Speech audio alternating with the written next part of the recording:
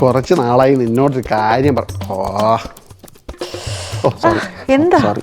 അതെ, കുറച്ച് നാളായിട്ട് നിന്നോടൊരു കാര്യം പറയണമെന്ന് വിചാരിക്കുക.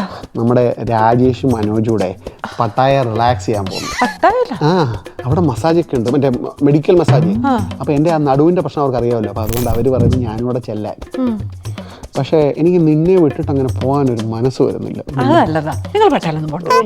അപ്പൊ എന്റെ നടു മസാജ് പോരെ, അതിനുള്ള എല്ലാ സൗകര്യവും ഞാൻ വീട്ടിൽ തന്നെ നിങ്ങൾക്ക് ചെയ്തു തരും. ഓക്കെ? എല്ലാ റഷ്യ ചരക്കിലായിരിക്കും അവള് മസാജിന് വേണ്ടി കൊണ്ടുവരാൻ പോകുന്നത്. ആ കേറി വാ, സർപ്രൈസ് ഉണ്ട്. നിങ്ങൾ ഇങ്ങോട്ട് വാ, ഇങ്ങോട്ട് വാ. ദേ കണ്ടോളൂ. ഇതെന്തോന്ന്? ഇനിയിപ്പോ പട്ടായിലൊന്നും പോണ്ടല്ലോ, ഇവിടെ കിടന്ന് ചെയ്തൂടെ മസാജ്.